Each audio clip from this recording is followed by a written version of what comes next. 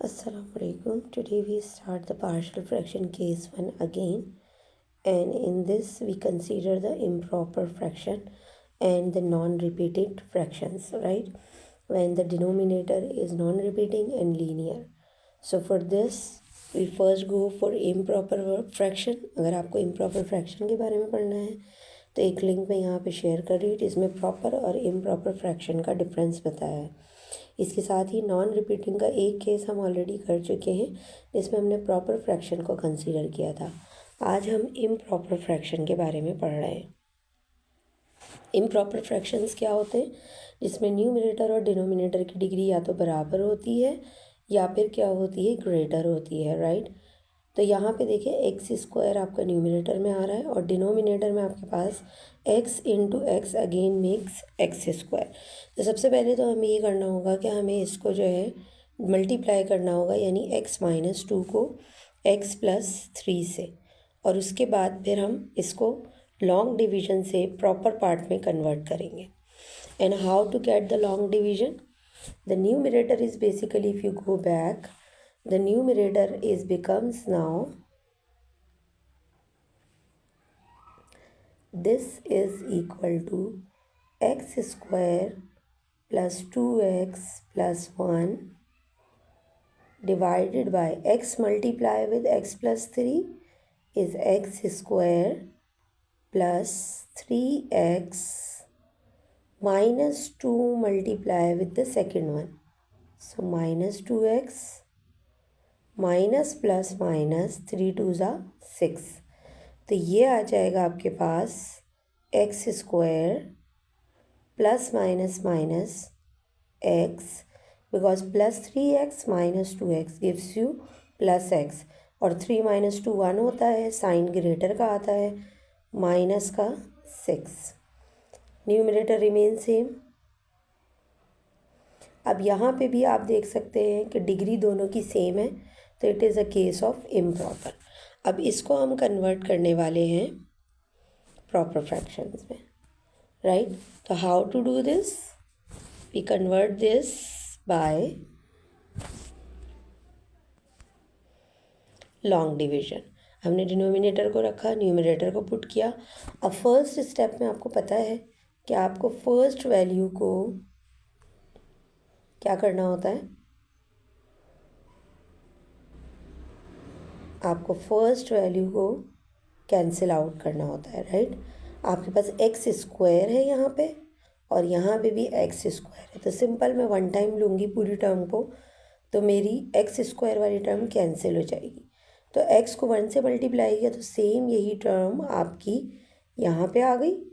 अब sign change होते हैं सब्ट्रैक्शन में, तो x square minus x square cancel हो गया, minus plus 2x minus x, क्योंकि हम न्यू वाले साइन कंसीडर करते हैं, तो 2x minus X is X, sign बड़े के आते हैं इसलिए 2 आएगा, 2 का साइन आएगा, और 1 प्लस 6 गिव्स यू 7। अब देखिए ये आपका रिमाइंडर है, राइट। सो जब भी हम प्रॉपर फ्रैक्शन को कन्वर्ट करते हैं तो हमारे लिखने का तरीका क्या होता है कि हम होल नंबर को सेपरेट करते हैं, यानी ये जो मेरा है ये मेरा होल पार्ट में डिवाइड कर चुका है, तो question is return with 1 plus जो आपका रिमाइंडर है वो न्यूमरेटर में आएगा, और जो denominator it remain same which is x square plus x minus 6, right. अब इसको ही फर्दर देखते हैं कि इसको हमने लिखा कैसे, सेम देखें, x plus 7 upon x square. अब देखिए इसमें जो सिर्फ ये वाला पार्ट है आपके पास फ्रैक्शन वाला, उसको आपको रिजॉल्व करना है। तो फ्रैक्शन वाले पार्ट को रिजॉल्व करने के लिए अब आप देख रहे हो डिनोमिनेटर में लीनियर फैक्टर्स हैं, नॉन रिपीटिंग है, तो अब ये वही वाली चीज़ रिपीट हो रही है जो हमने लास्ट वीडियो में करी थी केस 1 के प्रॉपर फ्रैक्शन में। हमने इसको ब्रेक किया, सेपरेट किया, a upon x minus 2, b upon x plus 3, दोनों के फैक्टर्स सेम है, मतलब दोनों में फैक्टर्स जो है। इसका मेथड क्या होता है, हम एलसीएम करने के लिए जो यहाँ पे आपके पास ये चीज़ है बेसिकली, इससे आप दोनों तरफ मल्टीप्लाई करा देते हो।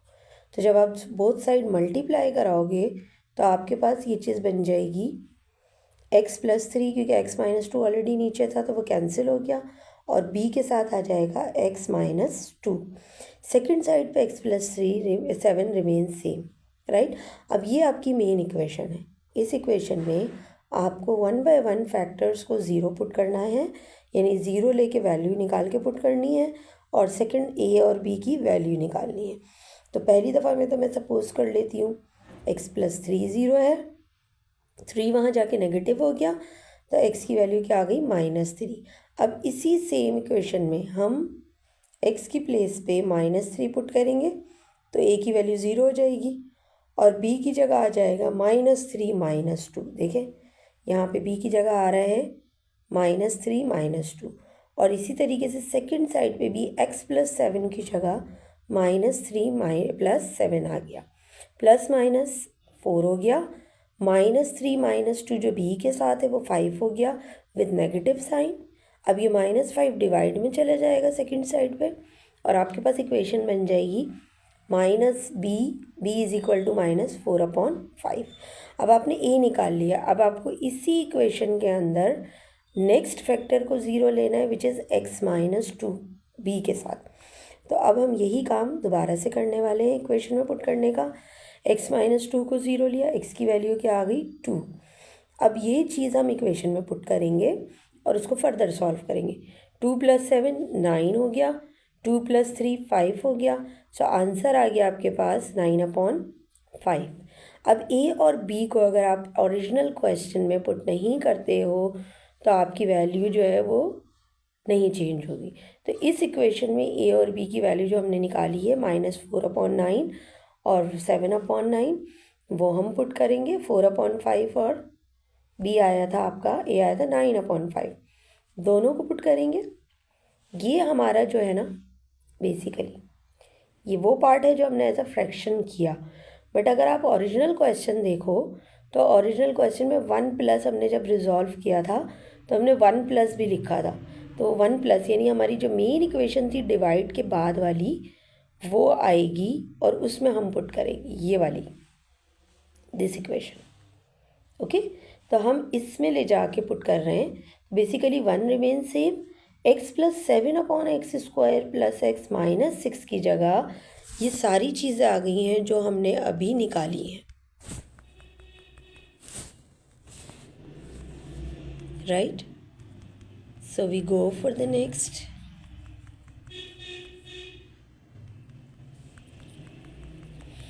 So we put the value of a and b and we get the same answer, right?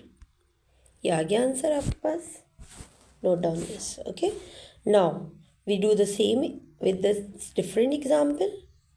Now see, here you see the numerator, the degree of the numerator is 3x की power and the denominator is x square. तो यहाँ पे अब आपके पास again improper fraction है। आप पहले इसको डिवाइड करेंगे और फिर उसके बाद उसका जो प्रॉपर पार्ट होगा उसको हम रिजॉल्व करेंगे। तो हमने डिवाइड किया है, मैं इसको साइड में दोबारा से करके दिखा देती हूँ ताकि आपके लिए थोड़ा सा इजी हो जाए।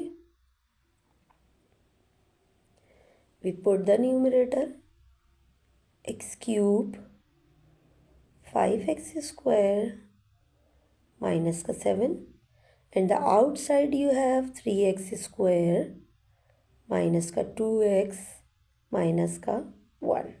ओके, अब देखो x² है बाहर और अंदर x³ है, तो बेसिकली मुझे बाहर वाली टर्म को 6x³ बनाना है फर्स्ट को, तो मुझे मल्टीप्लाई कराना होगा 2x से इस पूरी इक्वेशन को। तो ये बन जाएगा 6x³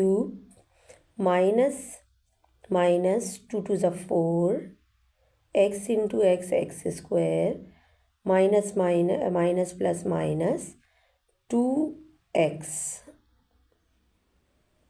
sign change plus and then plus. So this is 5, the first one is cancel out, 5 + 7 4 9x²। अब ऑर्डर के अकॉर्डिंग लिखना है तो पहले मैं 2x लिखूँगी और लास्ट नंबर है मेरा माइनस का 7। राइट। अब मुझे 9x² को कैंसिल करना है, 3x² है मेरे पास, तो मैं 3 से करूँगी।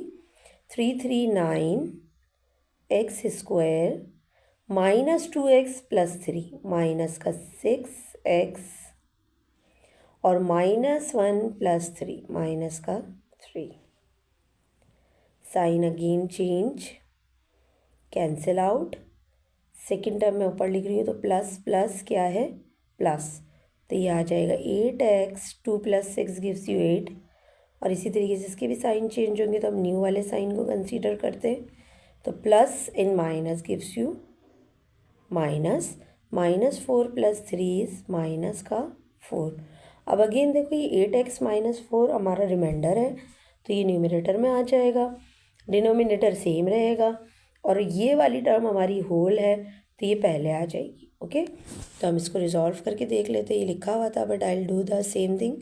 तो ये देखें 2x + 3 फर्स्ट प्लेस पे सेपरेट आ गया, 8x - 4 न्यूमरेटर में आ गया जो रिमाइंडर था, और नीचे वाले जो हमारे हैं 3x² - 2x - 1, इसको हमने रिजॉल्व कर लिया किस में, फैक्टर्स में।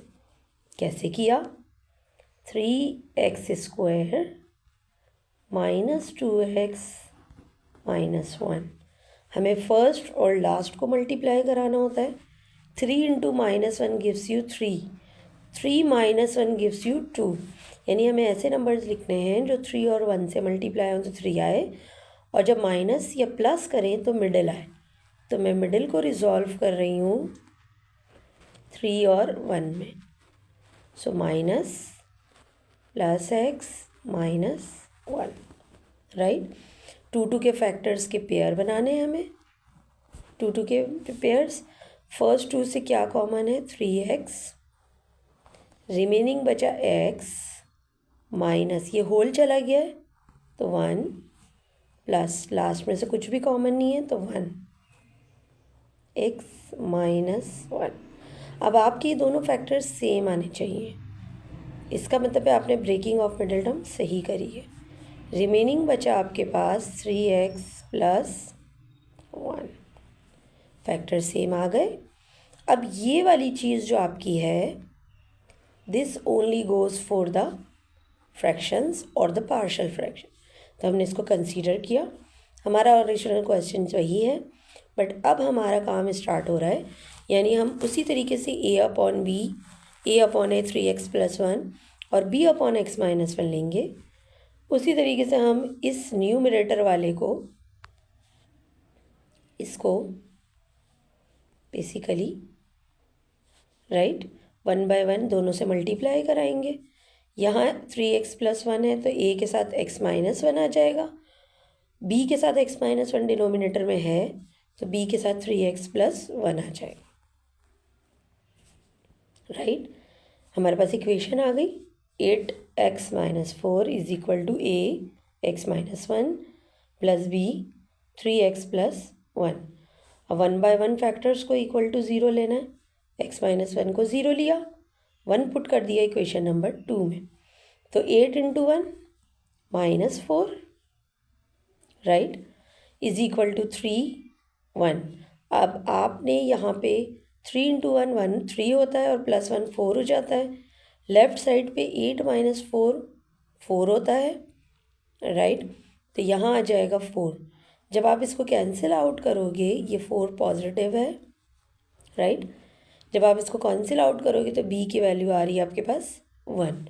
इसी तरीके से हम इसके नेक्स्ट फैक्टर को लेंगे विच इज़ 3x + 1, यहाँ देखें, राइट। इस 3x + 1 को 0 लेना है, और फिर x की वैल्यू 1/3 कैसे आई, 1 उधर जाएगा तो ये हो जाएगा नेगेटिव। वी हैव 3x + 1 = 0, 1 वहाँ गया तो माइनस हो गया, राइट, और ये 3 उधर जाएगा तो डिवाइड होगा because it is in multiplication. तो x की वैल्यू क्या आ गई, -1/3। अब ये -1/3 आप इक्वेशन में पुट करो, राइट। x की जगह पे अपने -1/3 रखा तो ये -8/3 हो गया।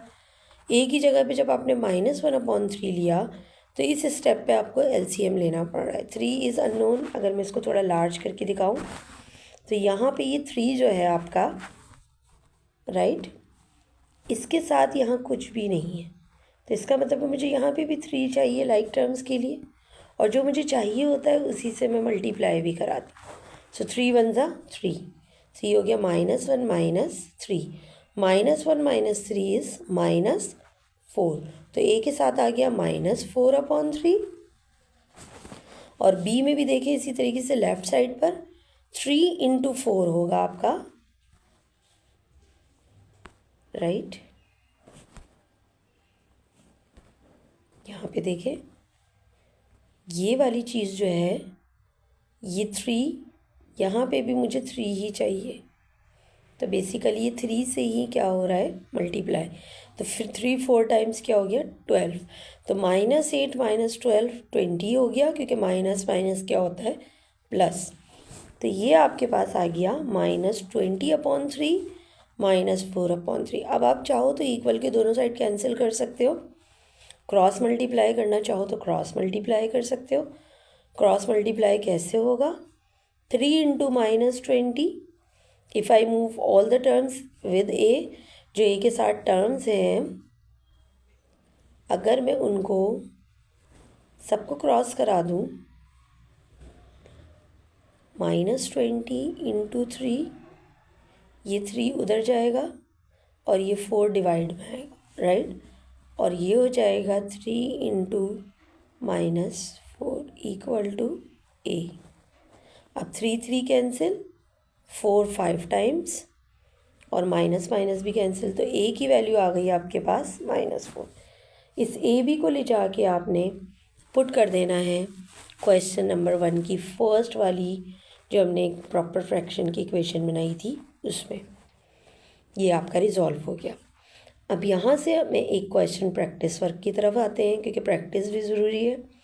I am giving you a question, the question is x³ - 3x upon x + 1 x - 2, and the answer is given as in the below with the answer। तो आप इसको देख लो, आपका आंसर यही आना चाहिए, प्रैक्टिस करके रिजॉल्व करना है, right. Thank you so much for learning from this channel.